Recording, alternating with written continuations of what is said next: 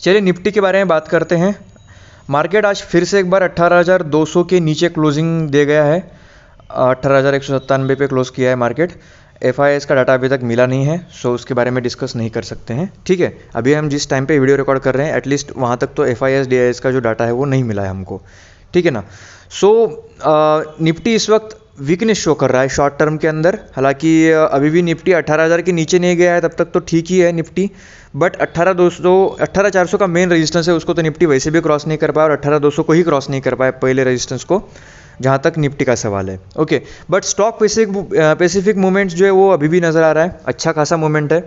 बहुत से स्टॉक अच्छे रिटर्न दे रहे हैं, तो अगर आपने सही जगह पे इन्वेस्ट किया तो डेफिनेटली आपको प्रॉफिट तो मिल ही रहा होगा, no doubt about that. Market 2023 के अंदर यही कुछ कंसोलिडेट करेगा, ज़्यादा कुछ मूवमेंट नज़र नहीं आएगा। आप इस तरीके का अनुमान मत लगाइएगा कि मार्केट आपको या 7,000 मिलेगा या फिर 25,000 मिलेगा निफ्टी, ये तो वैसे भी नहीं होने वाला है। बट 19-20 हज़ार तक शायद निफ्टी चला भी जाए, बट कंसोलिडेशन में बहुत टाइम तक रेंज बाउंड मार्केट रहेगा, ऐसा प्रतीत हो रहा है फिलहाल। पिछले जो अभी शॉर्ट टर्म के अंदर थोड़ी बहुत प्रॉब्लम्स हो सकती हैं, इन्फ्लेशन, इंटरेस्ट रेट वगैरह की, क्रूड ऑयल के प्राइसेस भी थोड़े बहुत मैनिपुलेट भी हो सकते हैं, बट ये शॉर्ट टर्म का प्रॉब्लम है, इसमें कोई बहुत बड़ी बात नहीं है।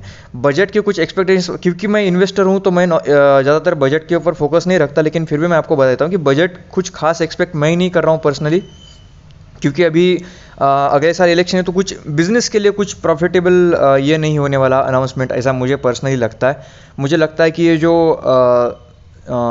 जैसे फार्मर्स वगैरह है ना, उनके लिए शायद कुछ अनाउंसमेंट किए जाएं, ताकि इलेक्शन को ध्यान में रखते हुए, ऐसा मुझे लगता है। थोड़ा सा क्या बोलते हैं उसको, सामाजिक चीज़ों की तरफ ज़्यादा फोकस होने वाला है, ऐसा मुझे प्रतीत हो रहा है।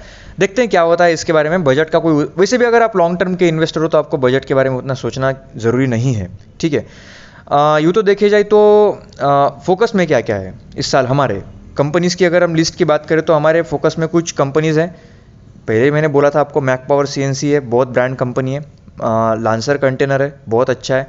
ऊपर से लॉजिस्टिक सेक्टर के ऊपर जिस तरीके का गवर्नमेंट का फोकस है, ऐसा लगता है कि लांसर कंटेनर एक बहुत अच्छा कैंडिडेट हो सकता है। सी, इंफ्रास्ट्रक्चर को लेकर भी कुछ हो सकता है, बट हम लोग प्रॉक्सी प्ले खेलेंगे, मतलब हम लोग लांसर में इन्वेस्ट करना चाहेंगे, क्योंकि लांसर एक बहुत अच्छी कंपनी है। लांसर नहीं, क्या, एक्शन कंस्ट्रक्शन इक्विपमेंट, ACE, इसमें इन्वेस्टमेंट करना चाहेंगे, और हमारा प्रीवियस इन्वेस्टमेंट भी है इसके अंदर, काफ़ी अच्छा इन्वेस्टमेंट है, अच्छे लेवल पे है, तो हमने उठा के रखा है ऑलरेडी। आप भी उसको उठा सकते हो। अगेन क्योंकि ACE थोड़ा सा भाग गया है। ठीक है, आप लांसर और मैक पावर को अपनी नज़र में रखिए। RHI मैग्नेसिटा हमने पहले भी डिस्कस किया था, रहीम अभी फिर से एक बार डिस्कस कर रहे हैं। हमारी बाइंग 450 के आसपास की है, अभी भी 800 पे चल रहा है। एंड अगेन नीचे आता है, एक्यूमुलेट कीजिए, यहाँ से भी ये लगभग 3x हो सकती है कंपनी, ऐसे एक्सपेक्टेशंस हमारी पर्सनली हैं। वॉच में रखेंगे सोना BLW को, सोना कॉमस्टार। वैल्यूएशंस थोड़े से अधिक हैं, जो पर्सनली मुझे भी लगता है कि वैल्यूएशन बहुत ज़्यादा है, हालांकि मैंने पहले ही उठा के रखा है इस कंपनी को 482 पे, बट स्टिल आप नज़र रखिए उस पर, वेट कीजिए कुछ क्वार्टर्स का, ताकि अच्छे रिजल्ट शो करे, वैल्यूएशन कंट्रोल में आए, उसके बाद आप इन्वेस्ट कीजिएगा, अभी मत कीजिए। अगर मैं भी आपको इन्फॉर्म वैसे कर ही दूंगा चैनल पे, बट आप भी नज़र रखिएगा, क्योंकि आपको सीखना है, सीधा इन्वेस्ट जाके नहीं करना दूसरों के कहने पर, आपको सीखना है। अगर आपको सीखना है तो आपको नज़र रखना पड़ेगा, ठीक है ना। देखो, हो सकता है कि आपको बहुत सारे PSU कंपनीज जो है वो ब्लास्ट करते हुए नजर आए कुछ टाइम के लिए। अगर आप ट्रेडर हो तो डेफिनेटली उसमें पोजीशन बनाओ, बट एज ए इन्वेस्टर मैं कभी भी रिकमेंड नहीं करूंगा कि आप PSU कंपनीज के अंदर घुसो। सबसे पहली बात हमारा सिंपल है, अगर डाटा में दम नहीं है तो उस कंपनी के साथ हम नहीं हैं। आपका फंडामेंटल डाटा अच्छा होना चाहिए, तभी हम आपके साथ रहेंगे। हम ना ही कभी फंडामेंटली वीक कंपनीज़ के बारे में डिस्कस करना पसंद करते हैं, और ना ही उसमें इन्वेस्ट करेंगे, चाहे जो भी हो जाए। अपने रूल्स के हिसाब से हम चलेंगे, वरना अभी भी देखिए ना, रहीम है, लांसर है, ये मार्केट डाउन हुआ बट कंपनी वापस बाउंस कर गई ऊपर में, है ना। जैसे मार्केट रिकवरी दिखाया, कंपनी बाउंस कर गई, फिर से वहीं पे हमारे प्रीवियस लेवल पे आके जाके खड़ी हो गई हैं। अभी भी क्वार्ट्स केबल हो गया, हमने एज अ ब्रेकआउट स्टॉक किया था ना, क्वार्ट्स केबल गया था 58 पे, आज का 72 का क्लोजिंग है। क्लोजिंग 72 का नहीं है, बट मैंने इसको प्राइस जब देखा 71 पे चल रहा था, आई थिंक 70 के ऊपर का क्लोजिंग होगा कुछ। एनीवे, तो ये है, फंडामेंटल्स में बहुत दम है ना। हो सकता है कि साइड वाली जो कंपनी है वो आपको बहुत फास्ट रनअप देती हुई नजर आए, जो PSUs रहेंगी, हो सकता है फंडामेंटली थोड़ी सी वीकनेस भी शो करेंगी वो कंपनी। आजू बाजू का आवाज़ आ रहा होगा थोड़ा आपको, इसलिए I am very sorry, option नहीं इस वक्त। तो अगर आपको ये जो कंपनीज है वो रनअप नजर आएंगी, लेकिन देखिए कुछ चीज़ें क्या होती है कि बहुत अच्छी लगती है ना। पड़ोस की मतलब अगर आपको मैं अपनी प्रॉब्लम्स बताऊं, है ना, तो आपको लगेगा कि मेरी प्रॉब्लम्स आपसे छोटी हैं, बट मेरा मुझे पता है, आपका आपको पता है, राइट। साइड वाली कंपनीज का रहना आपको हमेशा अच्छा लगेगा, बट ये फंडामेंटली स्ट्रॉन्ग कंपनीज क्या करती है पता है, रुकती बहुत ज़्यादा है और दौड़ती बहुत तेज़ी से है ना। तो आपको पेशेंस रखना पड़ेगा। इस साल आपको पेशेंस के ही रिटर्न मिलने वाले हैं, और आप अपने फंडामेंटल्स, जो भी कंपनी में इन्वेस्टेड हो आप, उस कंपनी के फंडामेंटल्स के ऊपर ध्यान दो।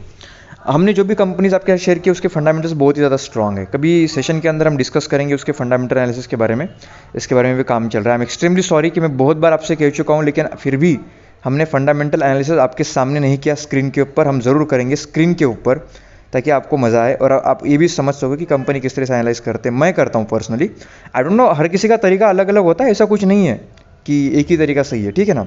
हर किसी का अपना अपना तरीका होता है। मैं आपसे मेरा तरीका शेयर करूँगा, ओके।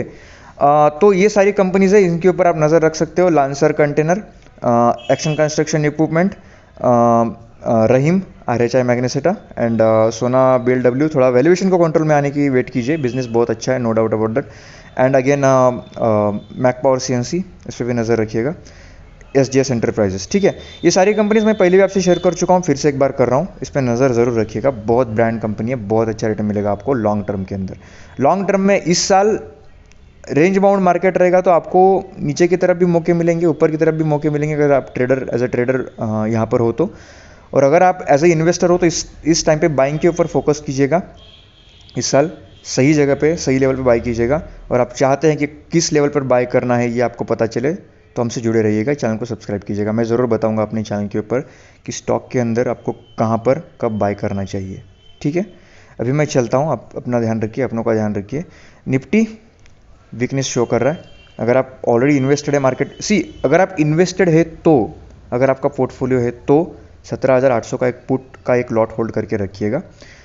112-13 कुछ चल रहा होगा मेरे ख्याल से, उसमें एक लॉट उठा के रखिए हेजिंग के लिए, एंड बाकी तो पोर्टफोलियो को होल्ड कीजिए। टेंशन लेने की कोई ज़रूरत नहीं। अगर आप कन्विंस हो अपने कंपनी के फंडामेंटल्स के बारे में, तो आपको टेंशन लेने की बिल्कुल भी ज़रूरत नहीं है। हाँ, अगर आपकी कंपनी फंडामेंटली स्ट्रांग नहीं है तो थोड़ा सा इशू हो सकता है, बट स्टिल मार्केट अभी भी, निफ्टी तो रेंज बाउंड है।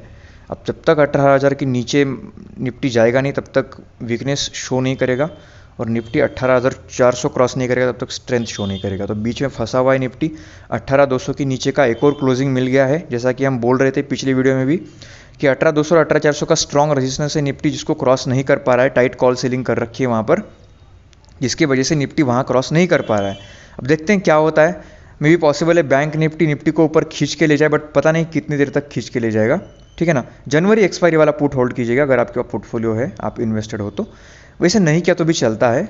नीचे में बाइंग के लेवल्स देखिएगा ज़रा आराम से, स्टॉक अपने रडार में रखिए और उसको बाइंग धीरे धीरे करते रहिए, एक्यूमुलेट करते रहिए। जो हमने 5-6 कंपनीज बताई है, बहुत अच्छा रिटर्न आपको मिल जाएगा, ठीक है। अभी मैं चलता हूँ, take care and keep learning, keep earning. हमेशा की तरह आप अपना और अपने पोर्टफोलियो का ध्यान रखिएगा, और हाँ, पढ़िएगा, जम के पढ़िएगा, बहुत स्टडी कीजिएगा। ये टाइम स्टडी करने का है, मार्केट को फोकस में मत रखिए। कंपनीज तो गिरती उठती रहती हैं। Volatility is the best friend of stock market. यहाँ पे कोई ऑप्शन नहीं है, आपको वोलेटिलिटी को फेस करना ही पड़ेगा। ऊपर नीचे मार्केट होता रहेगा, बट इससे आपको प्रभावित नहीं होना है। और क्या बोलते हैं गीता में, स्थित प्रज्ञ पुरुष बनना है आपको। क्या बोलते, स्टेबल इंटेलिजेंस के साथ रखना है आपको खुद को। स्टेबल इंटेलिजेंट पर्सन बनना है आपको। मतलब आपके इंटेलिजेंस जो है वो, आपके इमोशन जो है वो स्टेबल रहे, ठीक है ना, बार बार ना बदलें, अटैच्ड मत रहिए। चलिए ठीक है, थैंक यू वेरी मच। ये मोटिवेशनल बातें बाद में करेंगे फिर कभी। अभी तो आप अपना ध्यान रखिएगा और पोर्टफोलियो का भी, ठीक है ना। चलिए, निफ्टी का हो गया। अभी अगर निफ्टी 18,000 के नीचे जाएगा तो वीकनेस शो करेगा, 18,400 क्रॉस करेगा तो स्ट्रांग रहेगा। बीच में फंसा है निफ्टी, 18,200 के नीचे एक और क्लोजिंग आपको मिल गई है काफ़ी सेशन बाद। 17,800 के नीचे में सपोर्ट है, जहाँ का पुट अभी अगर आप होल्ड करेंगे तो हो सकता है आपको हेजिंग मिल जाए। मार्केट अगर गिर भी जाए तो आपका थोड़ा बहुत प्रॉफिट जो है वो बच जाए, ओके। 17,800 17,500 तो सपोर्ट है निफ्टी को नीचे के लिए। 18,200 क्रॉस करेगा तब भी निफ्टी, जब तक 18,400 क्रॉस नहीं करेगा तब तक वो स्ट्रेंथ जो है वो निफ्टी में शो नहीं होगी। चलिए, और मंथली पुट होल्ड कीजिएगा अगर आपको करना है तो, लॉन्ग पुट्स, ठीक है। चलिए, थैंक यू वेरी मच। मिलते हैं नेक्स्ट वीडियो के अंदर। मुझे उम्मीद है आपको मज़ा आया होगा सेशन के अंदर। Bye bye, take care.